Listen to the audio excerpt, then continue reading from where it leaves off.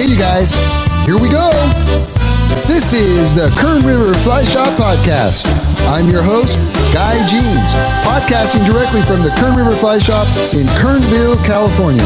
On this podcast, we discuss everything outdoors. We talk about conservation, music, and life. This episode is brought to you by Simms Fishing Products. Fish it well. Reddington Fly Rods. Find your water. Rio Lines, Leaders, and Tippets. Make the connection. And Costa Sunglasses, whose frames are made from recycled nets to help protect our oceans. I'm ready. Are you ready? Let's do this! Right on, right on. We're here for the very first podcast ever with the Kern River Fly Shop Podcast, and super stoked to be here. I've got some great guests. They're really good friends of mine, and they're really well known in the California fly fishing world, not only for their fly tying expertise, but also for their fishing abilities for many species in both fresh and saltwater. They are currently guides for the Kern River Fly Shop and instructors at the Fly Fishing School. They teach everything from beginning to advanced fly fishing and fly tying. When they told me last year they wanted to work for the shop, I was completely honored and totally stoked. Not only do I get to work with these fishy dudes, I get to go fishing with them too. Ladies and gentlemen, I would like to introduce my friends Rob and Ryan Buhler, the Buhler brothers. Welcome to the first podcast, brothers. Hey now, how you guys doing? Hey now, what's up? Good to have you guys. Haven't seen you in a while. Anyways, I wanted to kind of just talk to you guys about a couple things. Everybody usually talks about where you were born and all that kind of stuff, and maybe we'll get to that stuff, but I want to talk to you guys and kind of give everybody the history of like how we met, how you guys got involved with the shop and the club and that sort of thing. And Ryan, Rob, I know you got a story of like how you met me in the shop and that sort of thing. Yeah, this goes back almost 15 years now. Ryan and I came up for a tournament 15 years ago on the Kern. I asked Ryan if he wanted to come up for a little tournament, and we discussed having to join the club to come up and be in the tournament. And Ryan was a little apprehensive about that, but we ended up joining the club, came up for the tournament. I don't really remember meeting Guy on that first outing at the tournament, but Ryan met him at that tournament, and we were welcomed by Chiaki Harami, another friend of ours, at that first tournament. But it was shortly after that, Ryan and I were coming home from an adventure on the Eastern Sierras, and we ended up getting run off the highway by a truck that was coming the opposite way on a 2-lane highway, and rolled our truck several times. And after that, kind of was a life-changing moment for both of us. And I decided I was going to go ahead and book a trip to come up and do some fishing with you and meet you on the Kern. And did we book a trip, or did I did book a trip with you and came up, and that first day the river was blown out. It was all muddy. There was a bunch of rain, so we kind of just hung out in the shop. It was the old shop that's now the school, and there's that fireplace next door, kind of where we're hanging out now. Right. So it had a cool vibe back then. They had the fireplace in there, and it was in early winter, so it was pretty quiet around the shop, and we just kind of hung out all day and had lunch together and got to meet each other a little bit. That was fun, man. What about you, Ryan? Well, I first came up here, God, I can't even remember when my in-laws at the time moved to Bakersfield. And Rob and I were fishing the east side, and we didn't know anything about the Kern.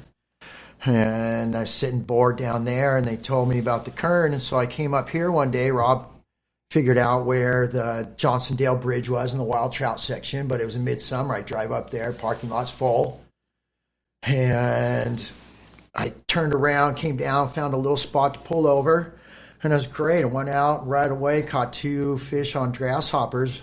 And I thought this was the greatest river ever. Yeah. It was amazing. And next couple outings definitely humbled me on that, and figured out the river was a little tougher than I thought. But like Rob said, we came up in 2007 was that tournament. And we were driving home from Crowley, and Rob goes, there's a fly fishing tournament on the Kern. You want to go? And I was like, yeah. He goes, we got to join this club, though. And I was like, oh, man. And all I picture is a bunch of good old boys sitting around a table, old guys. But we decided to go for it. and kind of led us this way to the Kern. And we show up, and sure enough, there's that table, and there's a bunch of old guys that were the original club members for the Southern Sierra Fly Fishers. Yeah. And they looked at us like, who are these guys? Yeah. And sure enough, right in the middle of the table was a bottle of limoncello. Uh-huh. And it took me about a year or two to figure out if the club was really a limoncello drinking club or a fly fishing club at first, because that always seemed to be a prominent part of it all. And luckily, because at first I wasn't feeling real good about it, and then all of a sudden you came running up, and Chiaki with these big, huge smiles, totally greeted us, introduced yourselves, and that was our start, my first introduction to you. And from there it just grew, and our love of the Kern grew out of that too. And we've always been kind of solo people out on the side, and that was also our first introduction to the clubs and the club life throughout Southern California and everywhere. And Chiaki, we met him. He ended up being the club president now, and he's a big reason how we got into that whole club life and kind of where we are now. He's a big part of that. Absolutely. But that was definitely my first time I met you. You know, the Southern Sierra Fly Fishers have really inspired a lot of friendships and people hanging out and going fishing. Definitely. It's a good thing. I wanted to ask you guys, where did you guys grow up? Ooh, that's a good one. Rob and I both were born in Idaho, and we lived there in the Boise area until I was 8, so Robbie was 4. And then we moved to Wyoming real quick, Utah real quick, and when I was 10, we moved down to Southern California in Southern Orange County, Mission Viejo, and then be in San Juan area, and we were there for pretty much our whole lives. So when you guys were little kids, were you guys fishing a lot and, you know, doing all that kind of stuff, like when you were young, like fishing with spinners and stuff like that? Not spinners when we were little kids. When we were introduced, we lived, the Boise River, the middle fork of the Boise River goes right through Boise. And we didn't go there often, but we would go camping upriver, about two hours out of town into the backcountry a little bit. And that, ironically, that river's very much like the Kern. It's a freestone river above the reservoirs. It has a lot of the features that the Kern has. So, you know, our introduction to water was very much in a situation that's very similar to the Kern, which is kind of ironic in the long run. So, but we started just doing camping trips. We do weekend camping trips going up there. Salmon eggs was the go-to for us for years and years and years. We'd use worms too, but salmon eggs was the go-to and the key winner for us. My older brothers would always slay it. They would always catch tons of trout. Yeah, that's true. We were a little older, so we'd catch more. And then one day we looked over, and Robbie was bending into this really big fish, and he was really the first one in our family to catch a big fish. Definitely first one between me and him to catch a big fish. And it has been that way my whole life. He has always caught bigger fish than I have, no matter where we go. It's just the way it is. Just the way it is. Yeah. And then we got a little older. We got out of fishing because we moved down to Southern California, got into sports and all that. But when we got a little older and out on our own, Robbie was out on a trip through, was it Sequoia he went to? Yeah, he went to Sequoia and... Backpacking? No, I went and visited my brother up in Tahoe. Took a week vacation, went and visited my brother, and then on the way back, did a little trip to Sequoia National Park. Oh, okay. And he had his mountain bike and was cruising around on that and stuff. Sweet. And then he saw a bunch of fish there, and he was like, why don't I have a rod? And it kind of sparked us going back into it. And we started fishing lures then for quite a bit of time. And ironically, that same trip, I came home from a week vacation, and Ryan had gone and picked up Ronnie Kovac's book, Fishing California. Yeah. So it was kind of I saw all these fish. He picked up the fishing book, and we just started going fishing after that. Yeah, and we got into lures for quite a little bit. And then from there, we found one of those fly kits where it had, one of the original ones where it had the rod, the reel, and everything, Scientific Angler. Scientific Anglers. Yeah, we bought one of those and started going out just flailing away on our own. And from there it grew, and all of a sudden the lures were put away and started giving those away. And the fly addiction grew and grew out of that. And were you guys fishing like the Owens, or were you guys going up the Sierra? Oh, where man. were you guys going? San Gabriel River San got us Gabriel. at first, yeah. Okay. And funny, a lot of little creeks in the Sierras that weren't even up into Bishop yet, like Lone Pine Creek, which had stocked fish in it. Yeah, and Tuttle. And Tuttle Creek, which was Yeah. right out of Lone Pine. So we would fish those. That's where we started fishing and we were fishing lures, and then we kind of transitioned and we were still fishing there. And then we found a couple of buddies of ours actually went up the hill to Cottonwood Creek and caught some of the first golden trout. And they came back, told us the story about the golden trout. And then we went up there and caught some golden trout on flies and, progressed from there. And that was it? Yep. Yeah, done. Ruined. Isn't that crazy? And how many years ago was that? Let's see. That was Over 20 now, 20 plus, 23. Savannah was 22, and it was before. It's right about when she was born, or right before. We were that. fly fishing before she was born, yeah. So 23 years. It's crazy. 24. It's crazy, the fly fishing addiction. Yeah. It's amazing. And at first, we were fishing San Gabriel, the West Fork, a lot. And I was fishing lures, and I brought my fly rod along in both. And I'd go out and I'd flail with the fly rod for a minute, and then I'd pick up my lures. Catch fish, catch fish, catch fish. So we went up, found Horseshoe Meadow up out of Lone Pine, and I took the fly rod only, left the lures at home, and went out to Little Creek with Goldens, and it was great. Just throw out, it was like a humpy I was fishing, threw out a humpy, and they just come flying out of nowhere. Must have caught like 50 fish that day, and it just started and never picked up the lures again. So you guys ended up moving to San Juan Capistrano, right? Yeah, exactly. Yeah. And when was that? When did you guys move there? That's kind of... Was that like over 20 years ago too? Yeah. Okay. Definitely. Yeah, Robbie was the first one to move there. I was married at the time, living with Susie in Savannah, and we were in Mission Viejo mainly. Okay. And then Rob was out, and he was the first one to move into the San Juan area. And that had to be like early 90s. Mm-hmm. Yeah, and I went to San Clemente High School, so Okay. grew up in that area. So being in San Juan Capistrano, Dana Point's right there. Amazing fishery from what I've told by you guys. Took us forever to find that out, unfortunately. Yeah, which is awesome. But I want you to tell the listeners, like, the story of how you guys figured it out and went out there, because as Vaughn Podmore says, and I say, you guys are nuts for going in your pontoons out there in the ocean. But I want to hear about that, how you guys figured all that out, with the rods and, just paddling out there with your boats and casting sinking lines or whatever you guys were doing. How'd that all go? Yeah, it took a long time. We started fishing the east side a lot up by Bishop and all that. Our addiction grew. And then we found out we could fish the surf and the bays.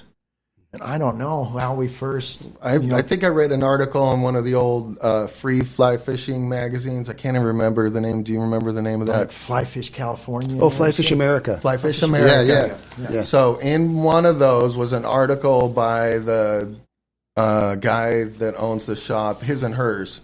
Oh, yeah, Frank Selvey. Yeah. So he had an article about float tubing and taking a couple guys down to Dana Point Harbor, and they were catching yellowfin croaker and halibut and all kinds of species. And we're like, it was kind of, I think it was at the time of the gas crisis, and we didn't have as much cash to run up to the Sierras as much as we would like. So we're like, let's make the best of it and start fishing Dana Point. So we started fishing the harbor, took out our little float tubes, pontoon boats, and started catching all the yellowfin croaker, halibut, and it went on. And it was right at the time, too, where we were fishing Crowley a bit from our pontoons and the float tubes.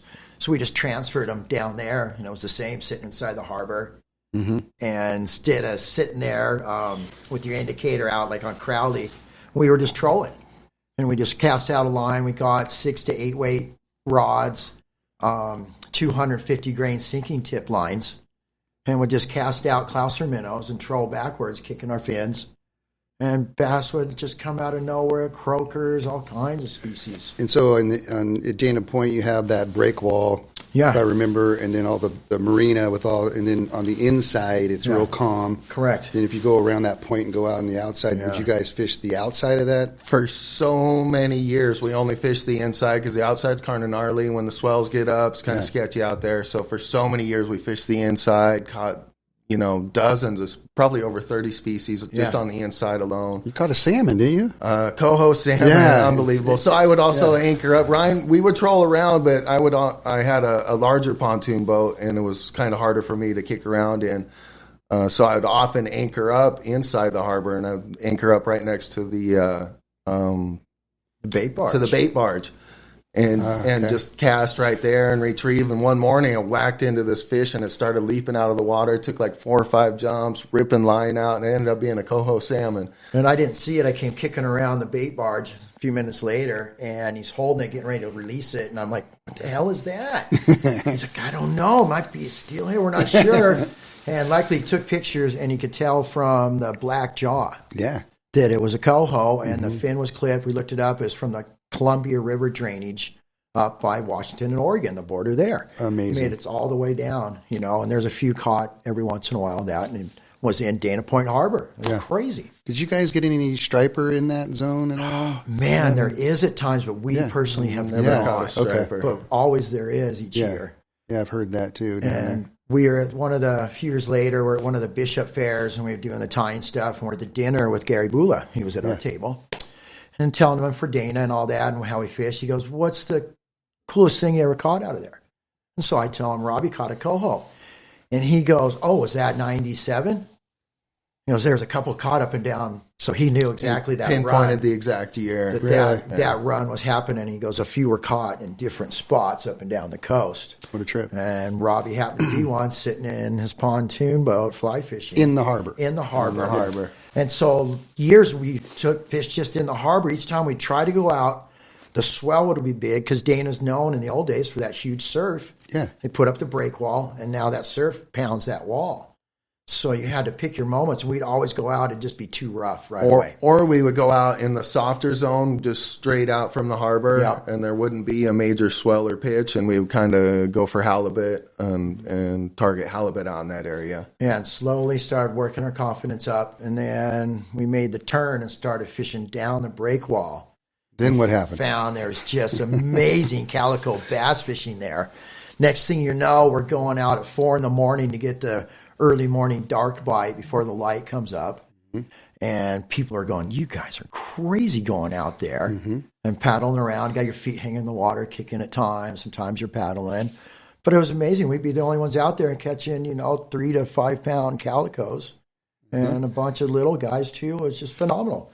3 miles from the house.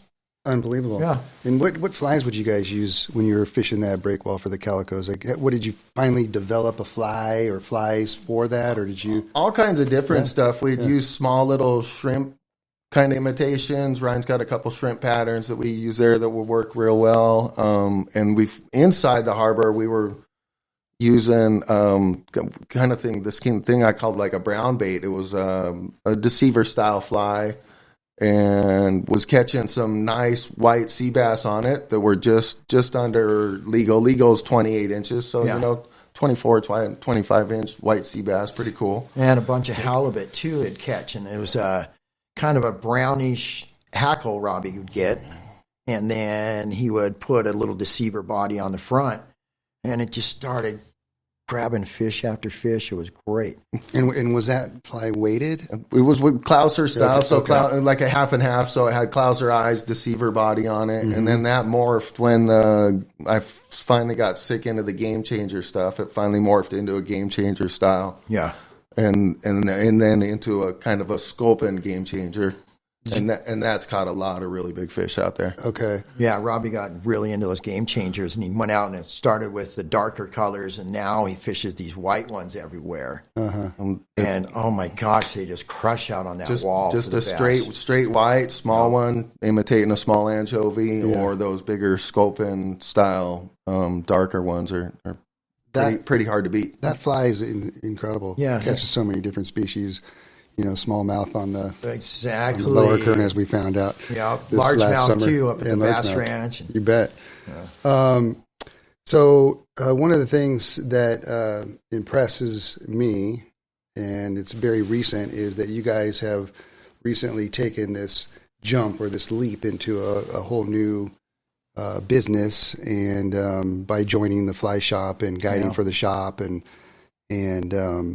being instructors in the school and that sort of thing. And you guys are not only guiding on the Kern, but you're also guiding on the Owens now and Lake Crawley, which has been amazing.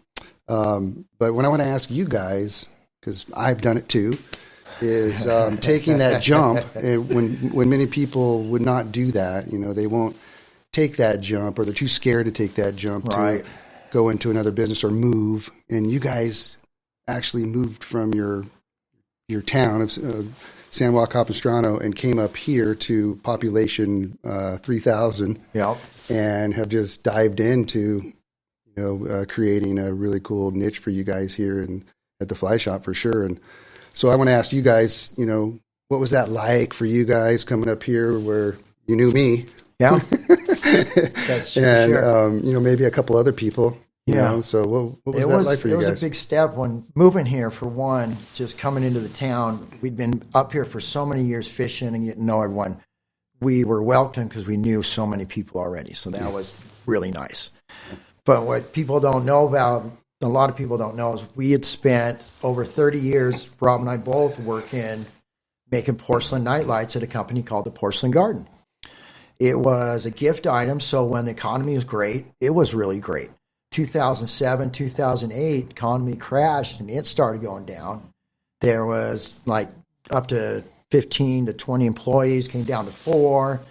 And from that point on, it was really a struggle to make a living. Also, right at that point, our fishing addiction and fly fishing started and got greater and greater and started leading us up to here. And when did you buy the house down there? Almost 10 years ago, 8 years ago. So at that point, we were thinking of moving up here too. But my daughter Savannah was still in high school, and we didn't want to do that. So we waited. And then it got to the point last year where it actually started when our friend Celine passed away, because she was such a prominent role in the Fly Shop. We weren't sure we wanted to come up here, but we weren't sure if there was room for us. And then her unfortunate passing, out of some of those terrible things in life, other doors open. And that was one of them. All of a sudden, this door opened for us. And we started talking about it. And our job down there was getting harder and harder to get a consistent paycheck. Was just getting, just being a pain in the ass going to work each day. We kind of were dreading it. And where before it wasn't, we liked it. And the draw up here was getting more and more. We started working with you more and more, doing the shows, helping out.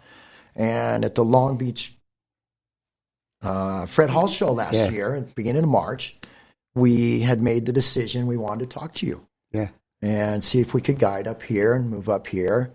And when we talked to you, both of us, all three of us, were excited about this new adventure we agreed upon.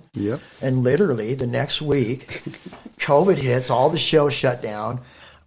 Your next show got shut down in Bakersfield. Our work at the Porcelain Garden, our boss, we were living off doing wholesale or retail shows around the country. All his shows just got shut down too. So we were crumbling there, and we weren't sure about here. All of a sudden, we'd made this agreement. We'd already told our boss we were going to move up here and quit. And all of a sudden, COVID hit, and it just was like this big door in our face. We're like, holy crap, what are we going to do? And you talked about making the jump. And one of my favorite authors, Joseph Campbell, calls it following your bliss and answering your calling. And at that point, we both decided we're committed. We're doing this no matter what. And the great thing about it was your support from your end, wanting us to come up here, made us feel really wanted, and we were just super eager to get up here. But the whole COVID thing put a halt on. Robbie put his house up on the market, and it slowed that. So it took us a while to make that transition. We knew we wanted to, but then we were stuck down there, not working there, not coming up here yet, because we were trying to sell the house. And it was like 3 or 4 months we waited, huh? Yeah. And we weren't sure what was going on, but we'd made the commitment, and we were all in. We just had to sell the house. And then all of a sudden, one day you called or sent a little text going, we got a rental house for you guys. And it's just like one of those things. And Joseph Campbell talks about when you really fall in your bliss, you answer your calling, roadblocks come up, but then all of a sudden helpers come to help you out. And solutions come if you really try and keep going for your true calling. And this adventure, we'd had many of those, both of us personally and together. It's amazing. But each time, because it was meant to be, help came, and it was like that. When you got Merle to rent us the house, we decided to come up. And when we first put the house on the market, a lady lowballed us, and we denied her right away. So we came up here, we're stressing about that, moved in, started working the shop, and all of a sudden Rob gets the call, and that same lady came back and paid full asking price. Bam. And it's just one of those amazing things. Everything worked out great, and here we are sitting in Kernville after working for 30 plus years at a job down there, doing the same thing every day. COVID hits, the whole country is kind of tossed up in the air. And then all of a sudden, here we are sitting in Kernville a couple months later with a new career, a new path in life, and it was just a whirlwind. It was unbelievable. It's almost, though, like it didn't happen that quick, because it's almost been like a 10-year progression. Yeah, that's true, too. From when we were first asked to do a presentation for Southern Sierra Fly Fishing Club almost 10 years ago now. Mm-hmm. So we started doing that, and then right after that, there was a president of one of the other clubs that asked us to do a presentation at their club, and that kind of snowballed. We were doing presentations all at the clubs all over Southern California. At each of these presentations, we were being asked if we could guide. Where do we guide? Who do we guide for? Yeah. So, and then at all the club outings, we would kind of guide our not only club members, but then we would go on outings with our friends and kind of guide them, guide friends that were new to fly fishing. Guide in Savannah our whole life. So it's not like the whole guiding thing and the whole fly fishing thing's like a new thing to us. It's something that we've been doing for 10 years, if not more, but as almost on the guide level, or that presentation level and helping people get into fly fishing. It's been a journey that's started long before this year, for sure. What advice would you guys give to somebody who is kind of on the edge of taking that leap and wanting to do what their calling is? I think everybody has a calling to do something, and you guys are obviously doing it. And so is there some kind of advice that you guys could give to somebody who's like thinking about, changing careers or doing something different than what they're doing now? Wow, that's a tough one, because it's all of us have that different point where we get to where we want to make a move or don't, and sometimes that calling is forced upon us. One of the examples is like when war comes and you get drafted, you're forced into this new life. Mm-hmm. Sometimes we make that choice, sometimes we're forced into it. But it comes down to that individual, that inner intuition. You got to trust that inner calling. And everybody has a different drive. Some people are driven by finances. Some people are driven by other goals and other, things that fulfill them. So it's hard for someone to leave a good financially paying job for what they think might be more fulfilling, Sure. So sure. It's a personal goal or a personal personal journey. Unfortunately, right now, that money is a lot of people's reason for moving on to something different. And sometimes it's great, but it's not always the proper choice. Sometimes there's more to it than that. Rob and I moving up here, we've always wanted to live up here. And so there's more to us coming up here than just the ability to make money, more than we were down there. But it's the new lifestyle, and sometimes that can override any kind of money. And that's all a personal choice, but you got to look inside and trust that inner voice inside you. And life's short, so there are no second chances. You can't turn back. So, that is true. We're all getting older, huh? If you got a chance to go for it, go for it. So when you guys are working out there, guiding, do you feel like you're working? No, not at all. It's amazing. And Rob and I, our bedrooms are right across from each other in our little tying desk. Yeah. We turn around and look at each other, and we go, I can't believe I got paid to stand in the water today, hang out with some really cool people. Yeah. And it's just been amazing. Yeah. It's so rare that I get stressed. I've driven up the river a couple times with clients, and fishing's been slow, so I'm wondering where I'm going to take them. Mm-hmm. what's the day going to be like? I got 4 guys. I got to deal with them all day. You know, how are they Yeah, going to and be you like? care. You want to give them such a great day. So I'll be driving upriver a little bit stressed, and then the sun's hitting the mountains. I look down at the river, and I'm like, oh, man, dude, come on, relax. Yeah. You're going to be fishing with these guys all day. And then inevitably, everybody turns out to be super cool. 95 to 98% of the time, we're getting into fish, and everybody gets fish, and it's a super fun day. So, you know, my stress is just, it's unnecessary. And then I look at where I'm at, and I'm just like, oh, it's pretty cool. Well, that's a sign, I think, of good guides is, you know, maybe a little bit of tension, a little bit of stress, you know, because you want to do good. You want to do good for your clients. You care. And you care about it. And one of the things that I think is another good sign of guides is getting repeat clients. And you guys, just since you started in July, have had multiple, quadruple, quintuple, or whatever it is. Bookings since July with clients, which is, you know, which says a lot about you guys and how good of a job you guys are doing out there for sure. Thank you. Yeah, man, you guys are rocking it. So we do care. We want to give everyone the best time, the best experience. Yeah. A lot of people only have that one trip a year.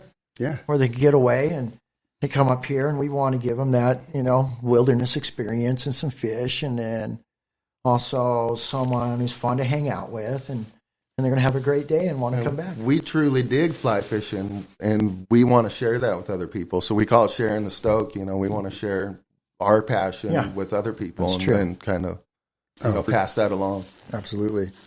I think that goes along. You guys fit with the Kern River Fly Shop, because that's kind of been the motto for the shop too, is performing and doing a good job and making people feel comfortable.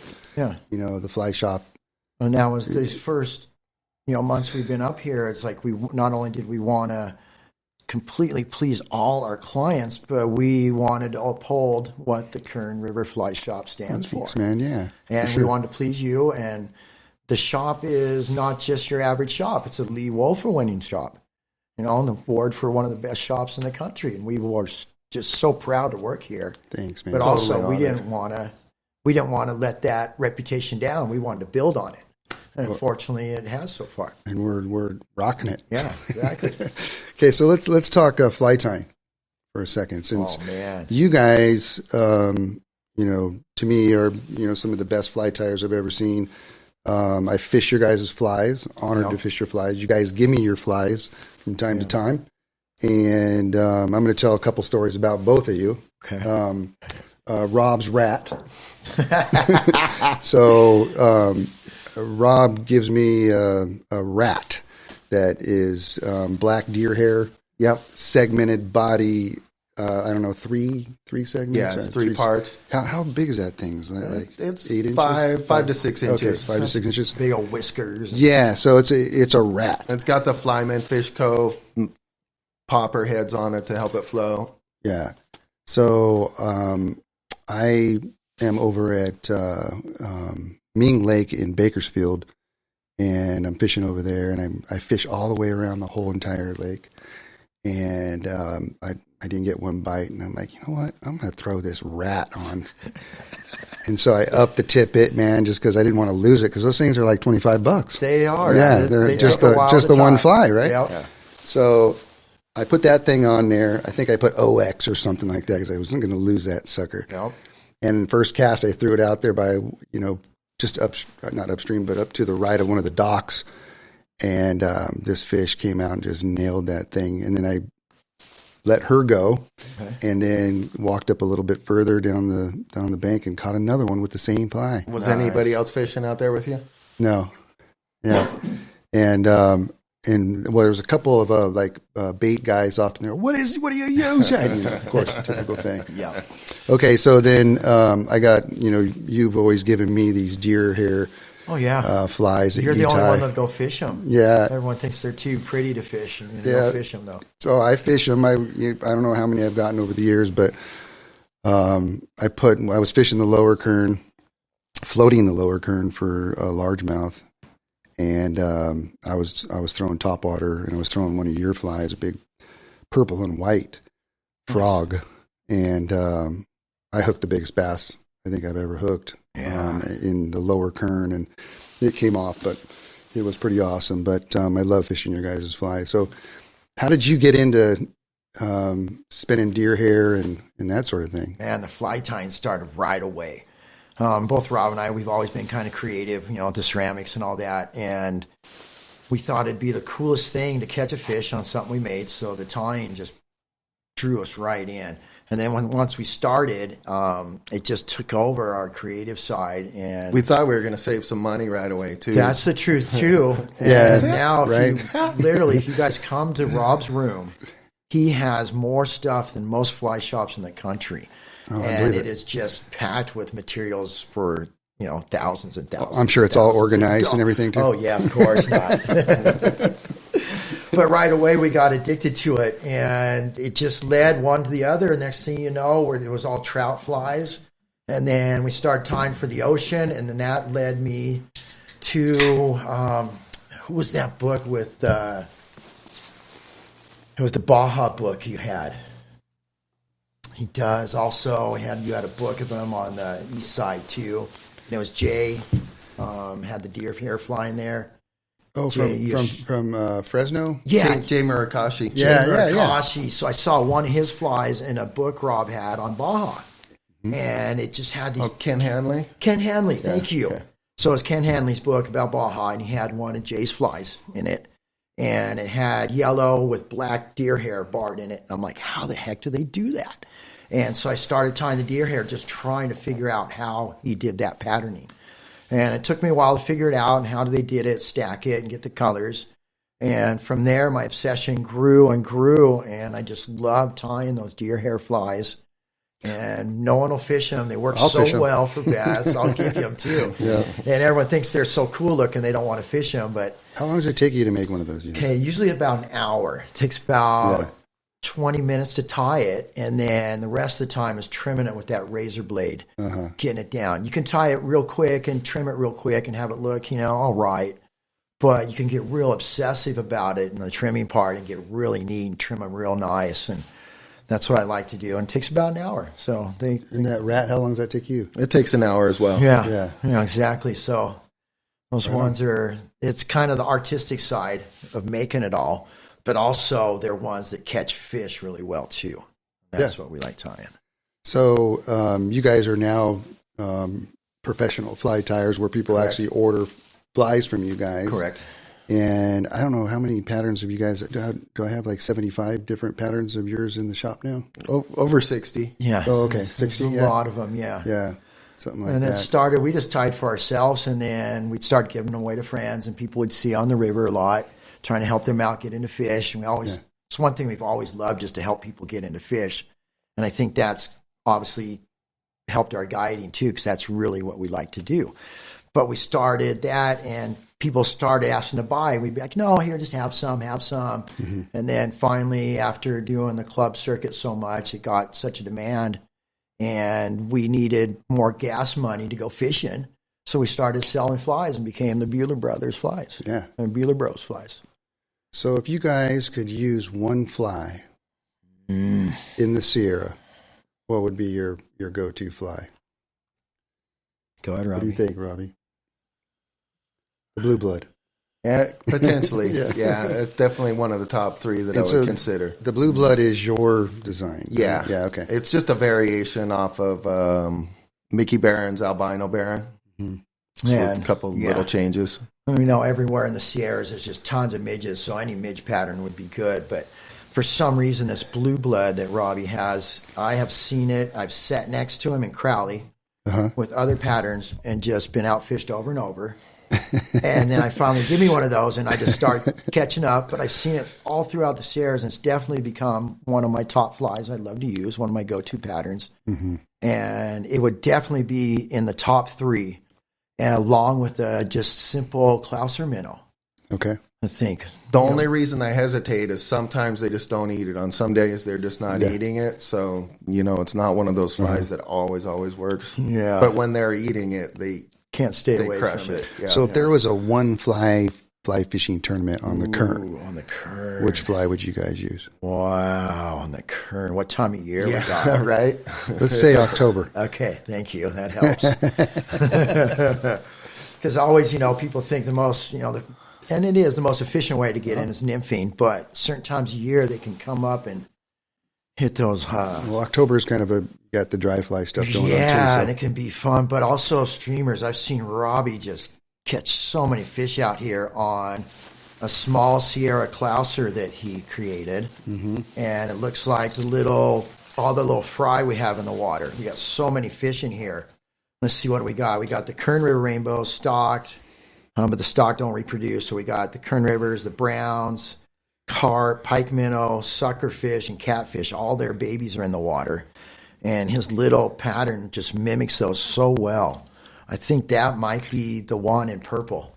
Okay. That I would do. In purple. And then just based off kind of last year's guiding in the fall, the Frenchie, one of the Frenchies, either the pink or the peacock were hot. The Frenchie was good year round, that pink one. And the coffee cup stone was hot too. So when the fish are coming up from Lake Isabella, that magical time. Yep. Would you guys, I know you guys fish streamers during that time frame, right? Yeah. And what is it, the purple Clouser? You No, the last time that happened, they were crushing shad. You could see them actually pushing shad out of the water, blowing up little bait balls, just like saltwater stuff. So I was swinging those little 3-inch game changers. Were you? Money all day long. Yeah. The white ones. We used to always go big on our streamers, and fishing in Dana, we learned the anchovies, and they called them 2 eyes and a wiggle. Huh? And it would just be so small, just like too little, a Clouser eye, and it's barely any material. And Robbie started going small in all his patterns, and he did that out there with the shad because they were similar colors and just started killing it. For people that don't know out there, we have a really cool phenomenon that goes on every year when the water finally kind of comes down on the upper Kern. The river just kind of comes alive down towards the mouth area where it runs into Lake Isabella, and these big fish move into the river, and it's pretty amazing. Yeah, it was it's 2 really years. amazing. 2 years ago when we had the high snow runoff. Yeah, it lasted so long, and that was just magical down there. It was magical. It really was. And then coming in with them, we've seen some Chinook salmon coming in with them little guys, but they stock those in Lake Isabella. And I believe I just talked to the guy the other day. I guess they're going to do it again this year. Oh, nice. They just stock them little guys. Yeah. And then they grow up to, 18 inches is the biggest I've seen. Come in cool there. bycatch. Yeah. Where do they where they stock them? That'd be interesting to see what the bass do when those little guys come in. A field day, I'm sure. So the other cool thing, have you guys done much of the carp stuff in Isabella yet? Or I have not, just once or twice, but Rob's done a little more than I have. I've done some carping at Isabella. It's a lot of fun. It's crazy in the springtime. Yeah, most of my carping's been down south in the canals by us, down in Orange County and stuff. So I like doing it early on when there's just a couple fish pushing up, and then it gets kind of nutty when they start spawning, and it's not so fun for me when they're spawning. Yeah. But then after the spawn, it's fun again because a lot of the fish move away, and then there's more single fish to kind of target, stock out. It's not crazy, guy. Yeah. So let's talk Lower Kern for a second. Oh man. So I think was it last fall? No, was it the summertime? I can't remember when we all three of us were down. Summer, late summer, fall time. Yeah. So I said, hey, you guys, let's go float the Lower Kern, and we put our boats in, and we floated the Lower Kern, and we went down the river like an army. And it was awesome. It was a lot of fun. I was on one side, Rob was in the middle, Ryan was on the other side. It's something I'd never done. We got our pontoons are always on lakes or out in the harbors. I'd never floated a river like that. It was awesome. That's it was my favorite. Really interesting. Yeah. And was it the first time where we were just lighting it up, and you were Rob was really lighting it up in the middle of the river. Yeah. Remember that? It was hot. Yeah, those smallmouth were all in the middle, stacked up right where the drop-offs happen in the runs there. So what I'm told is that the smallmouth were put in the Lower Kern in the 1940s, and they've had a self-sustaining population down there, which is kind of cool. Yeah. But let's talk a little bit about smallmouth technique and what you guys were doing, and we'll start with you, Rob? I just took a lot of my streamer trout techniques and applied that to the water we were fishing, because I haven't fished a lot for smallmouth. I've caught some here and there. I've fished a little bit back east and caught a few there in the Delaware River. But just mostly applied just my trout techniques. I had a sinking tip line, those game changers, and was swinging it off of drop-offs and shelves, and fish were stacked up at the edges of the shelves and drop-offs, and it was pretty productive. Yeah, that was fun. And they don't get too big, but they sure do fight pretty hard. Oh, super aggressive. Yeah. The first one was little, and I thought it was bigger than it was. And then Robbie started making this fly called the Smalley Snack, or what? That's awesome. Oh, yeah. Remember that? Maybe some of those we weren't swinging were not game changers, because we were using little sculpin helmets from Flyman Fish Co. and little rabbit tails. Yeah. So basically little sculpin bunnies, but just dressed up a little bit, and they turned into the Smalley Snacks for sure. Yeah, we went down there. This guy always told us that he likes real heavy jig head. He tosses it out, and his technique kind of tosses into the bushes and jigs it back really kind of. That's right. That first trip was with little those. Like first strips, like real, not too far away, and it sinks real fast, and then he jerks it up, and then it sinks, jerks it, sinks. Just jigging motion. Jigging motion. So we tied our flies to do that, and then all of a sudden we were in that drop-off faster water. Yeah. And it was doing that, but we were retrieving just a little faster, and they started hitting in those areas also, which was interesting. So what was interesting, that same zone, I think I was telling you guys this before, is that whole area was almost void of all smallmouth, and I think that's all we caught, wasn't it? Yeah, I didn't catch any large. I think I caught one largemouth, but it was full of largemouth all the way down, and you catch a smallie every once in a while. Yeah, and you always told us that. Yeah. And then we went down there and we were just hitting all smallmouth. And then you guys were fishing water that I normally wouldn't fish. So that was really cool to explore that and go, oh, shoot, they're right in the middle of the river. It was fun. So that was really cool. I mean, the whole thing with, fishing smallmouth on the lower current, that's like this whole area, that's my favorite. Yeah. I love guiding trout and other species and stuff, but fishing wise, I love fishing for those smallmouth and the largemouth and the lower for sure. That's been kind of our new addiction the last 2 years is the bass. We always did the ocean, and that's what led us to the freshwater, because we knew how great they were. And then we went to the bass ranch, started catching some largemouth, and then you're turning us on to these smallmouth, and it's a whole new world. It's great. So like, I enjoy fishing with you guys, and so we all went to the Kelsey Bass Ranch, but I never saw you. These dudes would get up at like before light, and they would be on the water, and then they wouldn't come back until it was dark. Oh man! And then they would go to sleep right after that, and then they do the same thing the next day. So then we also know people cling on you all day long, so we're like, hey, this dude just needs to go fish on his own every once in a while. Yeah, exactly. So we kind of leave him alone. He got a little away from himself for a while. Oh yeah. I found on Kelsey Bass Ranch your flies, your deer hair poppers worked really good. And then also Dave Whitlock's, I think it's called a swimming frog. Yeah. And it has a little white pattern to it, white deer hair or something like that. It is. And that one rocked there too, man, for me. And it was like ones that had like the little red in them, especially did real well that one year. What did you guys use over there? The first year, it was the same thing, like deer hair frog. Game changers were whack in the first year for me. We went out, and it was funny. What color? Morning, just straight white. Yeah, we didn't know where to go, so we launched early, and a boat was going across the lake, and Robbie followed it all the way to the other side because, it's fairly small. We're in our pontoons, and we set up over there, and I cast out, first cast, just let it sit there. And all the bass shows we saw, they always say, just cast and let it sit there, let it sit there, let it sit there. So I'm looking around the beautiful rolling hills going, this is really cool on the west side. It's way cool. And then all of a sudden, a fish just explodes on my fly.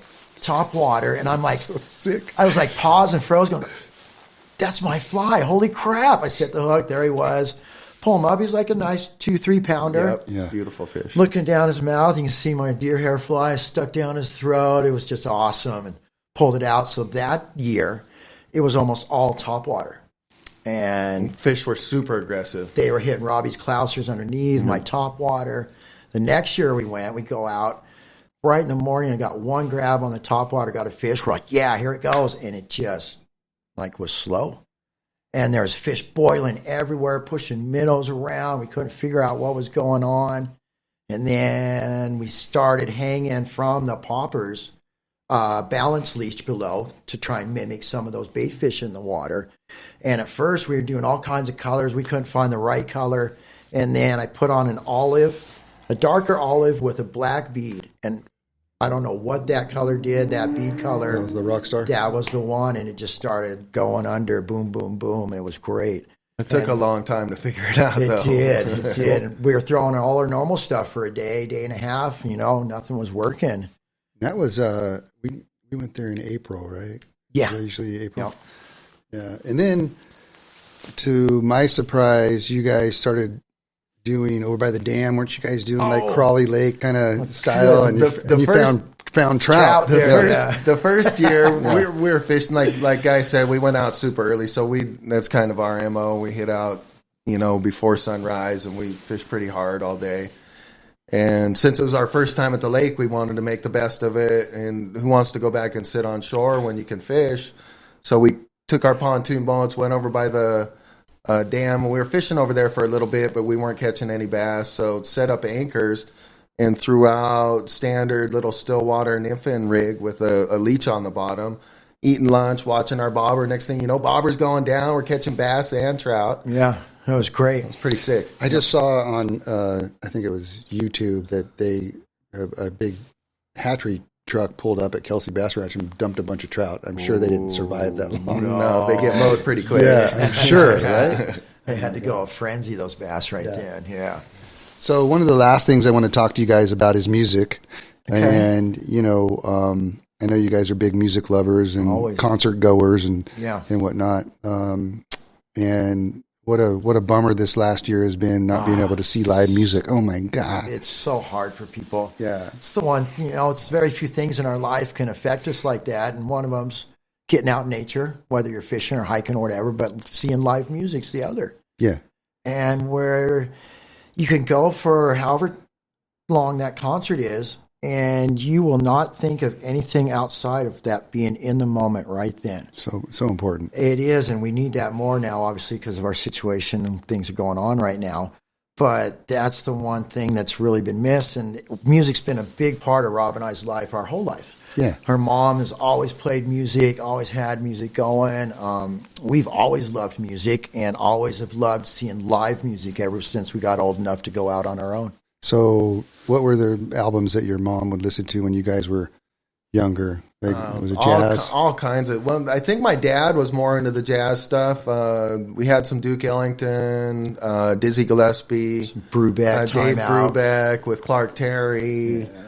Stuff like that. And he was just playing that and you guys would be chilling? I don't remember a ton of that when I was a kid, but we had those records and I know I heard them. But the stuff I do remember my mom playing was Mac Davis, Willie Nelson, the country stuff, Roger Miller all the time. King of the Road. King of the Road 8-track rocking all the time. If she was cleaning house on the weekends, it was Barbara Streisand a lot of times. So totally just exposed to all kinds of different music. Ray Charles. And then we had all our pop music from the radio and all our rock at the time period, the early 70s. And we have a brother that's 3 years older than Ryan, so we were influenced by him as well and his music tastes. What did he like? Oh, man. Early on, he liked some Elton John, and sure. Led Zeppelin. Yeah, Zeppelin was big. Aerosmith was big for him. And then the Allman Brothers was kind of his band for a long time. I can remember when I was a kid, we're talking 70s with you guys as well, right? Yeah. So I remember we had this record store called Jailhouse Records. Yeah. And in Ventura, and you could actually go and grab the album. We rode the Tower Records was in El Toro. It was maybe 8 to 10 miles from our house, and we'd ride our bikes to Tower Records in El Toro just to do the same thing, just to thumb through the records. And you'd thumb through, and sometimes you'd be looking for something, and other times you'd be like, whoa, what's that? And just the album cover or something draw you in. So many times we'd come home with music that we didn't go there to buy. And that's what was so cool about record stores back in the day. You would get stuff that you didn't intend to purchase and come across all kinds of different stuff. Did you guys have record player stereo type things in Always. your rooms? From when I was like 5 years old, had one in my room. Yeah, we all each had our own all the time. Always one out front. Something was always being played. Kiss was my first album. Kiss Destroyer. Bought that when I was like 5, 6 years old. Yeah. Luckily, I went AWOL from the Kiss Army pretty quickly. Yeah, exactly. Yeah, I remember Kiss. Dude, I remember when I think I was like 10 years old, and I went over to my buddy's house, and he's all, you guys got to listen to this album, but you're going to listen to it in the dark. Oh, yeah. And it was Led Zeppelin, Houses of the Holy. Nice. In the dark. Yeah. It was amazing. I remember just laying on the bed, just like, oh my God, unbelievable. You know that stuff? I mean, you don't really do that, you know? Yeah, it's kind of lost, and that's the great thing about the records or that kind of stuff. And it's cool. Yeah. And so then you guys kind of progressed to go and seeing live shows and stuff. And then what did you guys like end up like really enjoying and stuff? Our main influence definitely is Grateful Dead. We got into in our early teens and started seeing live music through them. And it was just great from then. They turned us on to so much from, go and see people like the great Stefan Grappelli, the violinist from France, and saw him at the Coach House, to seeing Baba Olentunji, drummer from Nigeria, to who was that band? Beaujolais from New Orleans. Yep. And they just turned us on to this world of Watson, music. Doc Watson. And these guys would play with the Dead, or some would, and some they would just talk about and say that's their influences. The Dead had such a diverse influence on their music that turned us on to a whole nother world of music. So they would play everything from across the world, and they were influenced by everything. So in turn, that turned us on to all this other music. And we were just opened up. And so, what was their drummer? Mickey Hart? Yeah. Was their drummer? Yeah, he's one of them, yeah. Yeah, and he was influenced by a whole bunch of different stuff. Oh, yeah, right? and he was he was a ethnomusicologist and a taper. He's one of the original tapers, too. He was influenced by guys like Alan Lomax, who used to go around the country back in the 40s, taping people on their porches. For Library of Congress. Oh, really? And there's a couple other guys that did it around, like through Africa and doing the drums, and he got into that, and he would go, after tours, he would take off to Africa with his recorder and go through villages and record stuff and meet drummers and bring that back and introduce it to us and the rest of the world. It was great. Yeah. So we got turned on by that and saw a ton of Dead shows, a ton of Garcia shows, but then after that, saw everything. Sonny Rollins, Ralph Stanley, Doc Watson, like Ryan said, Beaujolais, Stefan Grappelli, David Chrisman. The list just goes. It's like countless. We had it written down somewhere. So cool. We were just obsessed. And living in L.A., you would get shows that they would come, people from around the world would come, and they'd play 2 in New York, 2 in L.A., and 1 in San Francisco, and that's the only place you'd see them. And being in L.A., you'd be able to take advantage of that, and we luckily did for quite a few years until our fishing addiction kicked in and kind of took over that. Nice. Yeah. Do you guys remember the parties before going into the Dead shows? Oh, yeah. Parking lot scene was a lot of the fun of everything, without a doubt. So 1984. Yeah, Ventura. Did you go? Oh, yeah. Nuh-uh. Yeah, I was there, too. My first show was 83 in Ventura. Uh-huh. And then you went to 84, too, huh? Fond memories. Yeah. 84 and 85. Oh, yeah. We hit all those. Did they play after 85? They did. Oh, okay. Yeah. I might have went to that one, 87 too. might have been their last Ventura. Yeah. So in Ventura, there was all these different bands playing in the parking lot, man. Yeah. It was crazy scene. It was so good. Yeah. And then there was people playing trash cans. Yeah. Which was really it's interesting. fun too, The listen parking to. lot scene's unique. It was awesome. So that was the thing about them. There were so many different things going on that you could enjoy. Yeah. That it was just a scene that you couldn't get anywhere else. It was really unique out there. It's like a Renaissance fair kind of a vibe. That's true. People with fire and lights, spinning lights Without around. a It's just doubt. so cool. Yeah. And Ventura was, I don't even think I made it into the actual show. I was just hanging out in the parking lot. They had most of the time. there was something special about Ventura and the Dead. They loved playing there. A lot of them were daytime shows, which was rare and outdoors. Mm-hmm. And Ventura is known for, there's a power center there. and Native Americans are tapped into it. Yeah. And there's something special about that. And the Dead always seemed to gravitate towards those spots and had really good shows in those areas. Uh-huh. And Ventura was one of them, where it was just a really fabulous place to hang out. Yep. And often the shows were extraordinary. It was a great place to grow up too. Yeah. It was awesome.